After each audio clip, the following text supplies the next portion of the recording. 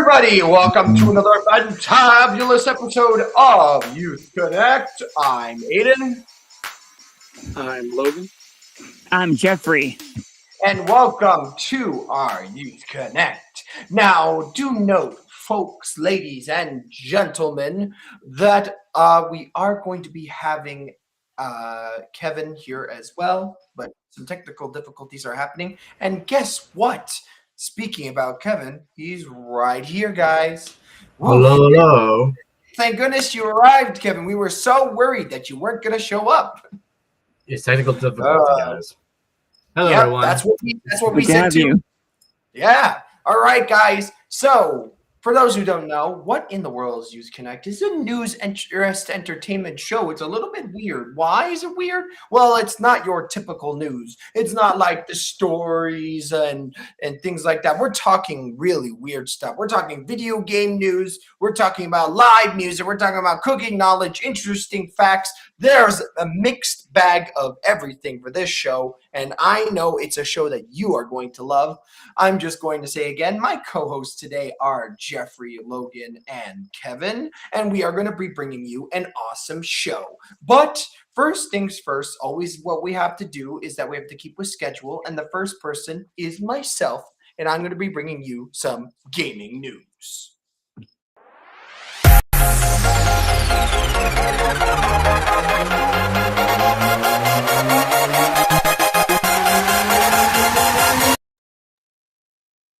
All right, so let's get into news. Now, I got to talk to you about something that's pretty shocking because I was shocked. Guys, so Heritage Auctions, it's a very popular place where you hold online auctions, actually sold a copy of Super Mario Bros. For a price you won't even suspect. Now, let's talk about it. The legendary platformer Super Mario Bros., guys, isn't known for being especially rare. Even for myself, I own a copy of Super Mario Bros. But why was this super expensive copy so expensive? It actually bumped its value from a copy from the Goodwill to Fort Knox is a humble little sticker keeping the paper box closed. On top of a 9.6 rating from the Professional Sports Authenticator, Heritage boasts that this copy is sealed with an intact, coveted gloss sticker seal, which means that this copy is actually the second production in 1985. Now, why is this so important? These gloss sticker seals were actually discontinued shortly after for standardized shrink wrap plastic. And Heritage says that there's only 3 known sealed copies of this single game, which is crazy.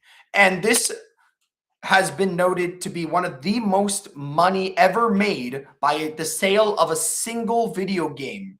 It is actually doing circles around the ever infamous Nintendo PlayStation.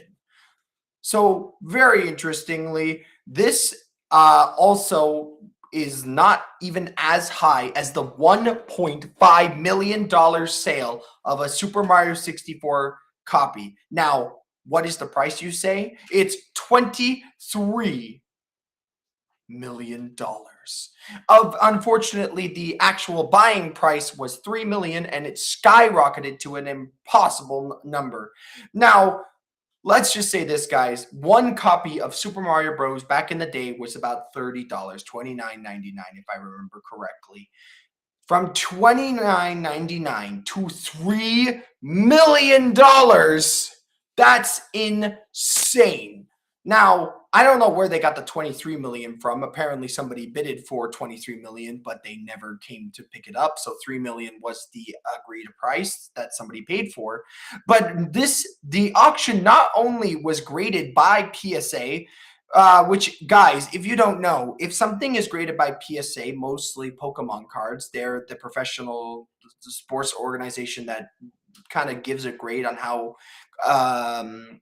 clean a copy of a card is. And when you do PSA and not WADA, it actually doubles the price. So it is crazy. Now, I always want wanted to have like these golden cartridges, which are actually almost in the exact same ballpark range, ranging about $1 million to $2 million. They were called Nintendo Championship Series cartridges. They were really, really cool. And seeing a cartridge, sell for $3 million, you think to yourself, maybe I should start collecting old video games and resell. Obviously, I always say try to keep with the collections that you have. And for me, I am always going to keep collecting. If I ever see a game cartridge that is a beloved series of myself, I definitely would, but I would definitely not pay $3 million for a game cartridge that's going to sit on my shelf for the rest of time. Anyways, this has been your first story, I guess I should bring to you, because they're not only good, not only am I going to bring video game news, I'm going to bring good story news and community news. It's very, very jam-packed. But before I can even go on to my next segment, I can't even begin to tell you, because next up we have Kevin with the very interesting sports, some little bit of weather, but more importantly, the fan favorite interesting fact.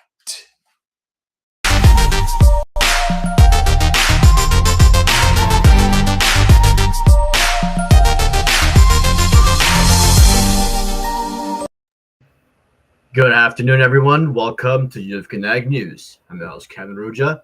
Here's what's making news today.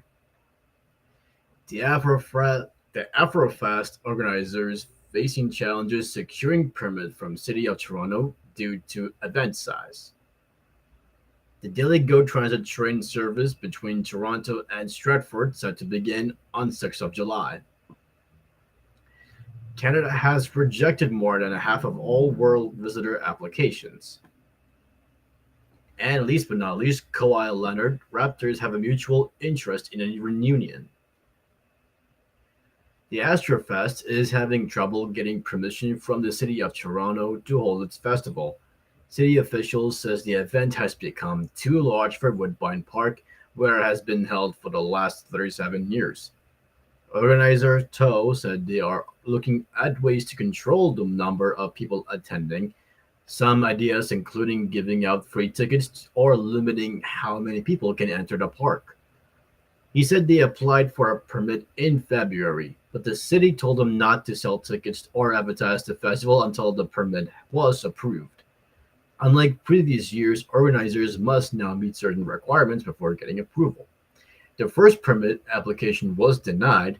The city has asked them to provide a detailed traffic plan and a strategy for managing crowd size before they can apply again.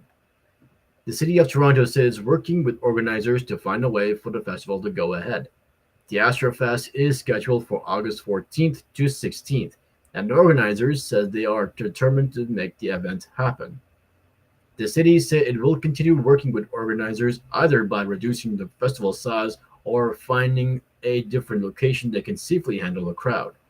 Afrofest, organized by the Music Africa of Canada, is the largest free African music festival in North America. The GO Transit has unveiled details of its limited expansion of daily service into Stratford, which would allow residents to go between the popular southwestern Ontario town and downtown Toronto. According to a post on the GO Transit website, daily service will begin on 6th of July and operate year-round. GO trains on the Kitchener line will service the station on Shakespeare Street, which is less than a kilometer southeast of downtown Stratford. On weekdays, trains are scheduled to leave the station at 6:16 a.m. and arrive at Union Station at 8:47 a.m. The 4:52 p.m. train from Union Station will arrive in Stratford at 7:28 p.m. Weekday trains will stop at Kitchener, Guelph, Acton, Georgetown, Mount Pleasant, Brampton, and Bramley GO stations. On weekdays, trains will leave Stratford at 8:49 a.m. and will arrive at Union Station at 11:16 a.m. The westbound train will leave Union Station at 6:16 p.m. and arrive in Stratford at 8:45 p.m. Weekend trains will stop at Kitchener, Guelph, Georgetown, Mount Pleasant, Brampton, Bramley, and Bloor GO stations. Thousands of soccer fans applied for permission to visit Canada for the 2026 FIFA Men's World Cup, but fewer than half were approved. According to Canada's Immigration Department, the most applications came from Ghana. Ghana played Panama in Toronto on June 17th. Canada received at least 1,725 visitors visa applications from Ghanaian fans, but only about 11% were approved. The friends from Colombia had much better results, even though Colombia is not playing any group stage names in Canada. 1,633 Colombian fans applied for visitors visa and 69% were approved. The data covers applications processes between November 14th, 2025 and March 31st, 2026. During that time, Canada processed almost 17,000 visitor applications from soccer fans, in more than 160 countries and territories. Overall, only 41% of applicants were approved. World Cup games are being held in Toronto, Vancouver, and several cities in the United States and Mexico. People who want to visit Canada and may need either a temporary resident visa or electronic travel authorization, depending on their country and how they travel. An ETA is easily to apply online and is usually approved quickly. A visitor visa is more difficult to get because applicants may need to provide extra documents, such as a travel plan and proof that they have enough money for the trip. For this World Cup, many people were from many countries that use the ETA system, including Australia, Germany, Croatia, and New Zealand, had all of their applications approved. However, people from countries that require visas such as Syria, Uganda, and Sri Lanka, and all of their applications refused. Overall, 96% of people from ETA countries were approved, while only 32% of people who needed their visa were approved. And now, the sports news. 8 years after Kawhi Leonard helped the Toronto Raptors win an NBA championship and then left, he could return. According to NBA insider Jake Fisher, the Raptors are interested in bringing Leonard back. If the Los Angeles Clippers traded him to Toronto, Leonard would reportedly be willing to sign a new contract with the Raptors.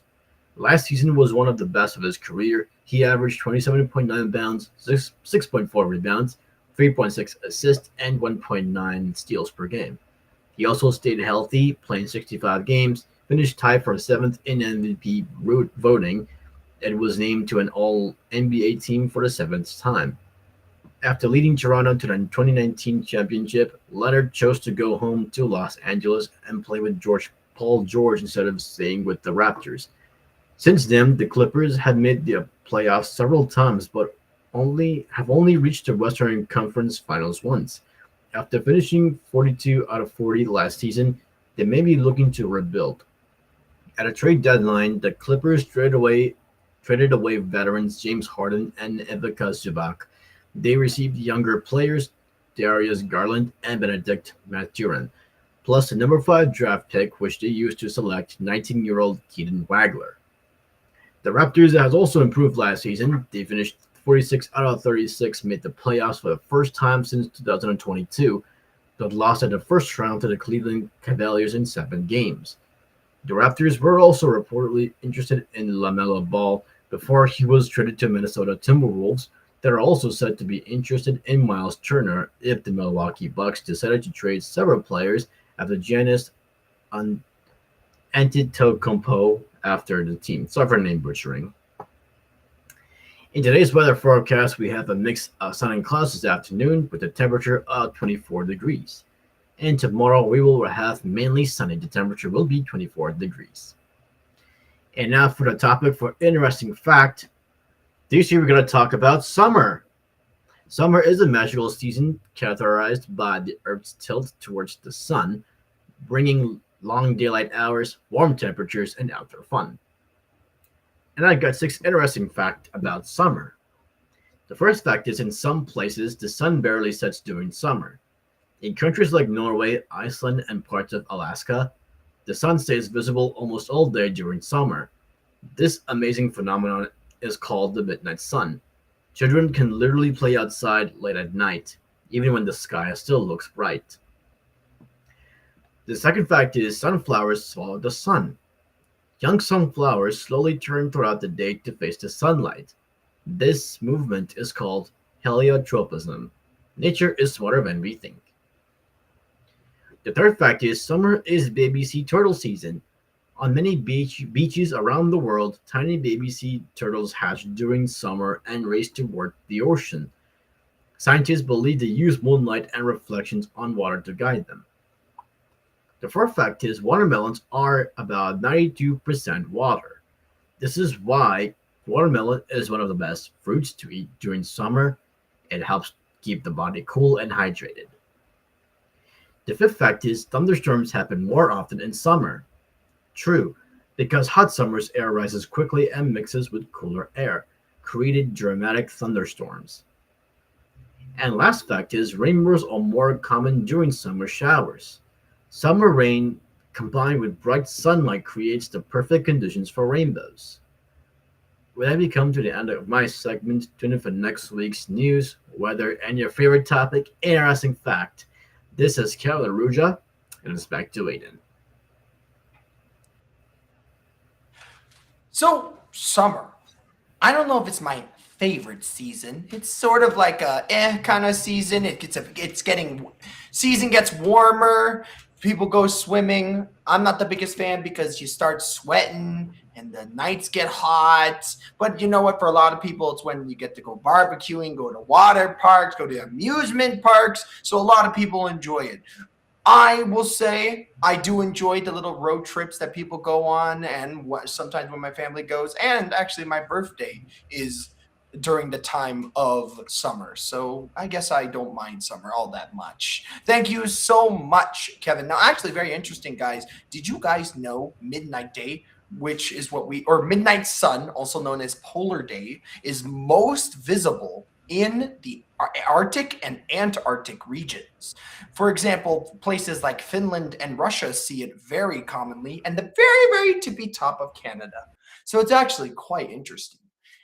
Thank you again, Kevin. Really appreciate that news segment, because you know what? It's good to have it. I love the interesting fact. It's my favorite part because I didn't even know about Polar Day. Jeff and Logan, did you guys know what in the world Polar Day was? Because I sure didn't.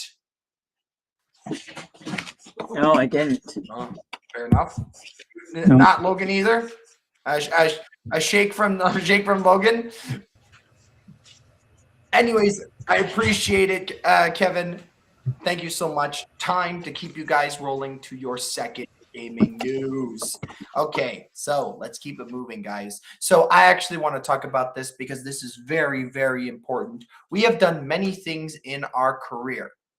Our human species has developed a lot of things, but one of the most scariest thing that people were worried about is how do we preserve species of food, plants, animals? How do we preserve them to make sure that they last forever? We have conservation efforts for butterflies and things like that, but what about the plants and mushrooms? Well, I am here to give you some very, very good news. After a marathon effort to digitize each of the 7.4 million plant and fungi samples in its herbarium, the Royal Botanical Garden, or Royal Botanic Gardens Kew, which is actually located in England, has said the result may help and will help democratize knowledge.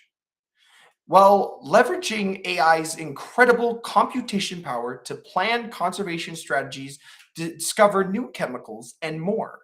So the new archive is one part of many international online archives of herbariums that are aiming to assess as many plant and fungi species as possible. This is awesome to hear. The effort has already revealed fascinating and important trends in these kingdoms, such as how flowers worldwide are blooming weeks earlier than in earlier decades. And RGBQ, which I'm going to give it a short name, has one of the largest plant and fungi collections on the planet. Did you guys know that? If you ever visit England, you should visit the Royal Botanical Gardens or Botanic Gardens Kew. It's very interesting. But a 180-year-old press stem with just a few leaves makes it difficult for a ID job for just a pair of eyes, and not so for artificial intelligent models, which have been trained to examine microscopic details. And we've actually been using them for a long time. For example, using any form of artificial intelligence has been used for that. And sometimes, guys, this is the scariest part. Humans and robots need to work together. Because if the robot does it, it might pass through some errors, but it's very interesting to see because with the evident technology that RGBQ is trying to do, they have begun a marathon effort to digitize every single specimen, which includes stem, leaf, seed head, flower bud, and more. And this has proven especially useful for mosses or forbs. Did you guys know what forbs are? They're plants which have no perceptible difference between species. I didn't even know that. So they are trying to, and actually have said that they have actually already documented at least 300,000 plants and believe there are still 100,000 and 2 million fungi species that are still undescribed. Each one could hold genomics secrets that could support or even transform agriculture, medicine, and material sciences. Penicillin, guys, and statins are actually both isolated from fungi, to name the most obvious examples. So, if we can find more, a broader, instantly accessible digital archive will supercharge environmental DNA gathering and allow scientific observation that could identify species by biological material shed into the environment. So, guys, let me just talk to you for a real quick second. Did you guys know that there are still over 2 million fungi that we have that are undiscovered? That is a lot. And guys, mushrooms are so weird. You have mushrooms that bruise blue. You have mushrooms that bleed red. What? And they're called vampire flower mushrooms, if you guys don't know. They're very interesting. There's many. There's ones that release spores. There's one that eats decaying matters. There's some that eat live matter. It's very interesting, the fungi species, guys. I've always talked about how I love mycelium and how it's very, very cool. But, guys, I hope that they are able to document all 3 million species that they own because you know what? As much as we are scared about AI, it's very important that we have digital documents of these said plants because physical is good, but digital and physical is even better. Anyways, gonna keep it rolling. I know it was a very interesting chat. Again, if you're in England, check out the Royal Botanic Gardens Kew. It's very cool, guys.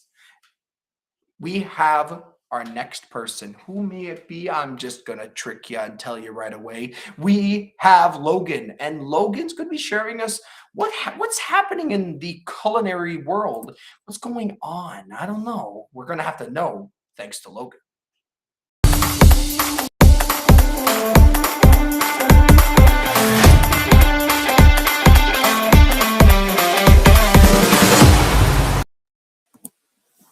Hello, Youth Connect. I am Logan, and for this week on Culinary News, I'll talk about Toronto's Summerlicious 2026, a famous New York bakery that is expanding to Ontario, and people online sharing their stories dealing with incompetent food delivery workers. Starting off with our first news story, next month, Toronto is set to celebrate their annual Summerlicious Food Festival, starting from July 3rd and ending on July 19th. During the event, over 240 Toronto restaurants will be serving their own special 3-course menus at several different price points for lunch or for dinner.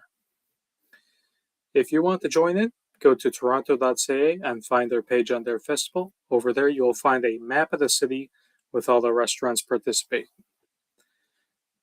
This 3-course menu is reservation only, so when you find a restaurant that interests you, you have to give it a call and hope to book a reservation. They're already way in right now, so book those last spots as soon as possible. For my second news story of the week, Magnolia Bakery, a prominent, famous New York bakery, has announced its plans to expand upwards to Ontario. Canadians, we heard you and we're heading north. This is what the company said in a recent announcement of the expansion on their LinkedIn. Magnolia Bakery is famous for their world-class banana pudding. Layers of vanilla pudding with vanilla wafers and sliced bananas. But what really took the place from a humble bakery in New York to a certified tourist destination was being featured on an episode of HBO's Sex and the City in 2000, which let them expand their business to Kuwait, India, the Philippines, Qatar, Turkey, the UAE, and as of now, Ontario, Canada. Now, as for my final news story of the week, ever since the COVID-19 pandemic over 6 years ago from now, gosh, isn't that a slap on the back of the head? COVID was 6 years ago, guys. Don't you feel old? But anyways, ever since the pandemic, food delivery apps like Uber Eats, Grubhub, DoorDash, and Skip the Dishes took off in popularity. The ability to eat restaurant meals while keeping with lockdown procedure was world-changing. And even after the pandemic, these apps are still very widely used. But the delivery people that these apps hire, geez, some of them really don't think things through very much, as people online share their stories of having to deal with incompetent delivery workers. Some of these examples are simple, such as a worker hanging their delivery bag on the customer's door handle. That way, when the door was opened, the handle would slump down and the bag would fall off and spill the contents everywhere. As an aside, my sister once had a very similar experience with a delivery worker who left her ordered drink directly in front of our door, which swings open outside. Therefore, if she were to open it, the door would push the cup over and spill her drink everywhere. As a result, she had to literally exit the house through the backyard in order to get her drink. But some of these stories are truly bizarre, like delivery workers leaving the food at random places. One customer once had their meal delivered to a random gas station instead of their home. Another had their package of crumble cookies, which delivered to a random sidewalk in the middle of the night. The image was truly something. It was like this dark, creepy sidewalk from a horror movie, and right in the middle there was just this big pink box of cookies in the middle that looked completely out of place. It looked like something you would see in a creepypasta. But anyways, the moral of the story is food delivery apps changed the game, but some of the people who work for them are not the brightest bulbs. Anyways, I think that just about does it for all the news I have to you this week. Thank you all for listening. Back to you, Aiden. So, Logan, I have two things I want to share with you. When you mentioned Magnolia Bakery, and I'm telling you right now, when you said, and it has the world famous, and my dad said exactly with you at the exact same time, he said, banana pudding. And I was like, how did he just match with you? Like almost synchronization levels of knowing. Apparently Magnolia Bakery is very, very popular. Even my dad knew it. I completely forgot about it. And then I remembered because of the banana pudding. It's that popular. I know it's definitely very exciting. And secondly, the second one is Summerlicious. So Summerlicious, guys, very interesting. I didn't know that they did that. It's the first time I've ever heard of it. And there's over 240 different places where you can just go taste their lunch or dinner menu, and it's for those that are with a tight budget and for those that have a more lenient budget. I think that's always very exciting. I think that's very cool. And you know what? Thank you so much, Logan. Always appreciate it. I am definitely going to have that banana pudding. Oh, it sounds absolutely delicious. Now, I got to keep the ball rolling, guys. I feel like I've been talking too much. We got to get you your community news. So I'm going to be honest with you. Today's week has been busy. Busy, busy, busy. Why? Well, let's talk about it. If you guys know, Our super ability crew every single morning always has to do their check-in at 9:30. Everybody here knows that. And you know what's important, guys? It helps our community kind of connect and share ideas and goals that they have through the week. Like, for example, I knew that Laura was going to clean up the house and I'm pretty sure wash the carpets. I know that Miss Christine was going to do the same thing, clean up the house. That was today. That was her job for the week. I remember hearing many amazing things, and it's very important, guys. It brings us that encouragement, focus, and just belonging. And it's important that we talk with each other, guys, because remember, humans are a very sociable species. On Monday, we had computer science and digital literacy with Mr. P. And Mr. P taught us how to stay safe, how to determine what's AI and what's not. Like I said before, guys, AI is very scary, but AI is actually sometimes very important because we use it every day. Before AI was even popular, you were using AI. 10 years ago, AI was still there. We've used it for a very long time. For example, Roombas are one of the examples of AI that we have used for a very long time. And let's bring it into Tuesday, where we did good news around the world. And as a crew, we looked for stories of kindness, science, and of course, help communities helping out one another. And good news. That reminds us, guys, that we do the things that we do so that people can feel that love, and it keeps us motivated to make a difference in the world, which I know that you guys can. On Wednesday, oh, my favorite, we did homemade vanilla and butterscotch pudding. Now, I'm going to be honest with you. Now that we're in Friday, vanilla pudding was not my favorite. You know which one was my favorite? Miss Judith's butterscotch pudding. My vanilla pudding was simply milk and a mixture, but when you put a little bit more effort into the pudding, like Miss Judith did, it was to die for. It was absolutely fantastic. Now, don't get me wrong, mixing the vanilla and butterscotch was even better. But if I had to compare, I would choose the butterscotch any time of the day.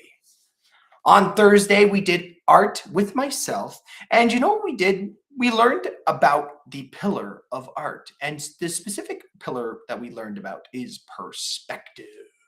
We learned about one-dimensionals, we learned about two-dimensional ones, and we learned about horizon lines. So we practiced some landscapes, we learned about light, we learned about different angles, and how color can change how we understand what we see, and how we make something 2D to 3D.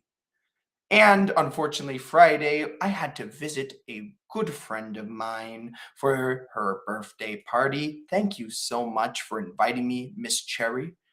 You know what? It was awesome. I gave her a wonderful gift, and honestly, it's amazing how old. Well, I shouldn't even say that. She has had a very wonderful journey. Uh, so, if you guys want to know, which I know a few people want to know, she has turned 80 today. So, very big accomplishments. And of course, this weekend, we have our floor curling practice on Sunday. Now, for those who don't know, floor curling, it teaches strategy, patience, and communication. Communication is very important, guys. And for our super ability crew, we are practicing for the world floor curling. Guys, we're going to make it, and we got to practice every single 2 weeks. Every single 2 weeks, we come together, we practice, and we get a little bit better. You guys keeping up with me? I hope you're keeping up with me because we have one more thing left. Next up, we have what people call the cherry on top. We have Jeffrey, and Jeffrey, of course, is bringing us some live music.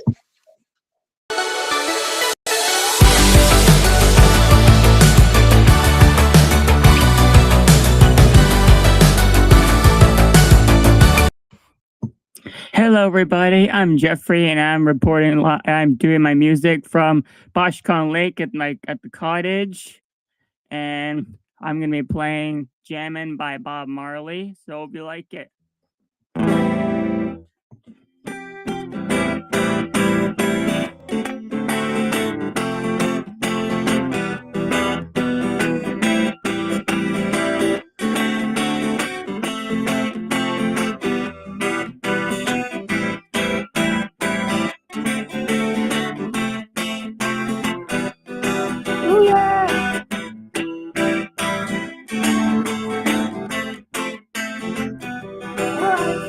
jamming. I wanna jam it with you. Jamming, jamming. Hope I like to jam it too. And the words in the mouth, good setting out.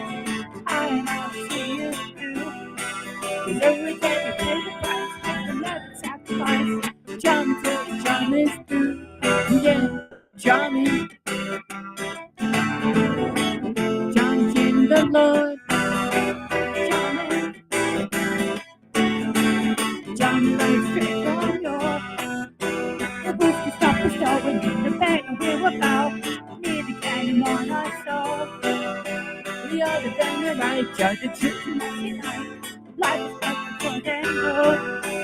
Jamming. I got a jamming with you. Jamming. Jamming. I want jamming with you. Say, Holy Messiah.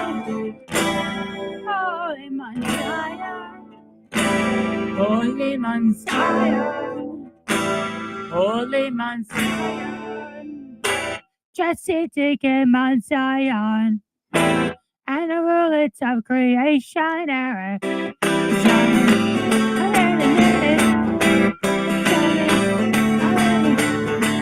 I wanna jamming with you. Jamming, jamming. I gotta jamming with you. Jamming, jamming, jamming, jamming. I wanna jamming with you. Jamming, jamming, jamming, jamming,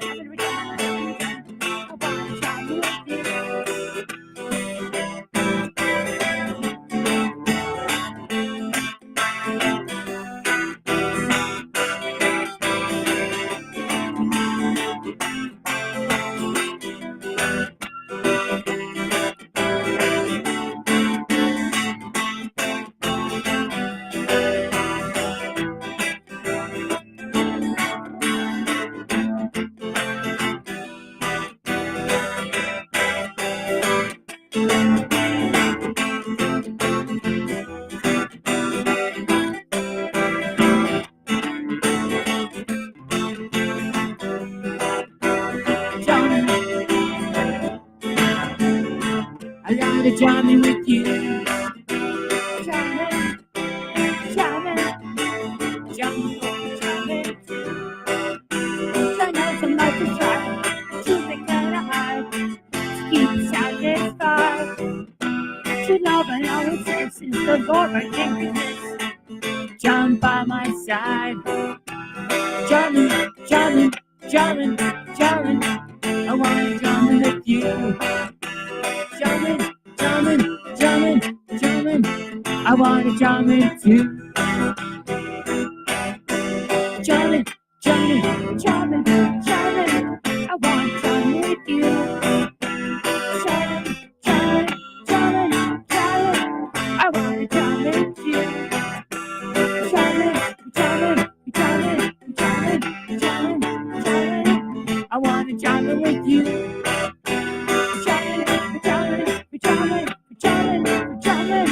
I wanna jam with you. Like jamming too.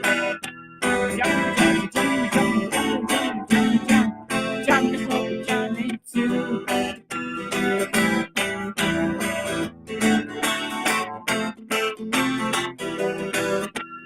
Said I really want to jam it. I wanna jam with you. I really wanna jam it. Hope you like jamming too.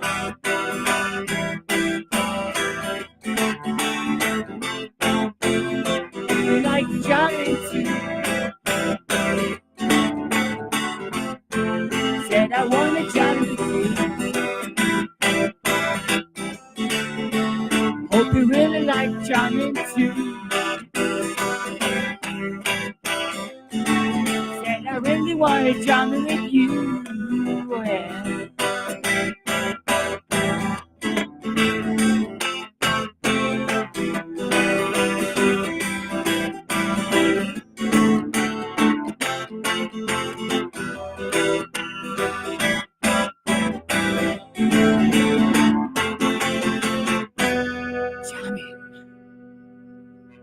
Thank you, everybody. This is Jeffrey, your live musician. I'll see you all next time. And it's back to you, Aiden. Bye, everybody. All right. I felt that song in my body and soul. And honestly, Jeff, I'm going to give you 2 thumbs up for that one. It was absolutely brilliant. But unfortunately, when Jeff stops playing, that means we have reached the end of Youth Connect. If you like Youth Connect, I need you to like, I need you to comment, and I need you to subscribe. And I need you to click the notification bell. Do that too. Anyways, I hope that you guys have a great rest of your. And I hope to see you guys next time. All right, guys. Catch you later. Bye. Bye. Bye. Bye. Bye-bye.